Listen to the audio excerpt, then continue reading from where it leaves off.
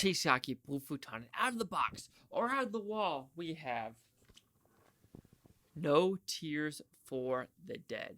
Director of The Man from Nowhere, which is a fantastic Korean movie. And it even says action scenes rival The Raid 2. That's huge praise. Is that overdoing it, or does it really rival the action scenes of Raid 2? Let's find out with this crazy, crazy hair.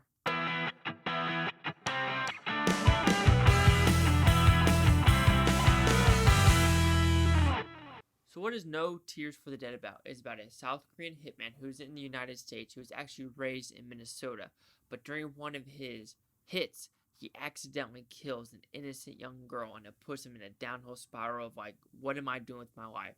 But now he is sent to South Korea to finish the job of the actual bigger picture of what his original hit was supposed to do. So what I like about this movie is actually an international movie. So what I mean by that, this one actually has some Spanish, this has some Korean, this has some English. This is a very multicultural movie of very diverse cast. And I was kind of worried for this because usually like in Chinese movie, even though this is Korea, they find some really bad actors that actually play like the Americans. This one, it's actually every actor is believable. So I do like the casting of this movie. And there is a lot more English than I thought that was going to be in this movie. Like this actually went really much like I would say 40% English, 60% Korean, and very, very little Spanish. There's maybe like 3 lines of dialogue because a couple of the hitmen are of Spanish descent. But overall, this movie is a good movie. There are some flaws of it, of course. So let's go with the positive. The action scenes in the last half of this movie is absolutely fantastic and brutal. I understand why they say it's Raribles Raid 2 because there's a scene in an apartment complex with the FBI agent where it goes there. It goes pretty graphic and brutal, and it goes pretty well. And with this movie, the last hour is nonstop, where it starts at that hotel and it goes into a building, and it is a very long action set piece. Of course, there are some 3-minute, 4-minute intertwining in between, but it really goes deep into it. But to get there, it does take a while. You have that very quick action set piece in the beginning, but then they do a long story of trying to tell who these different hitmen are, who the boss guy is, who are the bad guys, and these different characters that are going to be at the last battle scene. So there is that. So like I said, getting to that point of getting to that last hour of who's going to kill who, it does take some time because there is a story of who this person is at this, Wall Street style firm in Korea.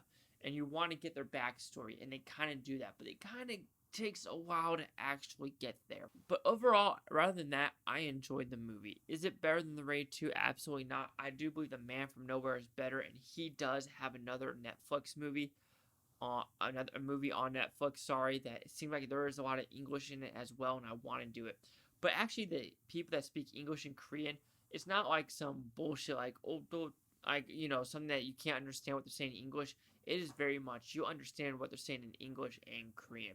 So that's actually really cool, and I enjoy that back and forth dialogue of what actually happens because they play very well into that point of there are some Korean people that speak English and he's talking in English while these Koreans don't understand him.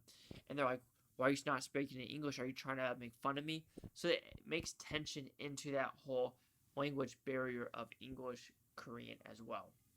And like I said, the action set pieces are really top notch in this movie. The story makes sense of what they're trying to do. There are some character mishaps of like, you're acting a little too weak for me, or like, you need to understand the scenario you are in to do what you need to do instead of just hiding a kernel in the fetal position. Stuff like that kind of bothers me of like, I understand the fight or flight, and a lot of people don't have that in them, but I would think if you're going to die, I understand that you need to get your shit together, but I say that at the time where this person that's doing this fetal position stuff has had a really shitty past, that something has happened to her, so she does want to die. So there are some points where she really just doesn't care. So even though I say she's in a fetal position a lot, I kind of understand it at the same time.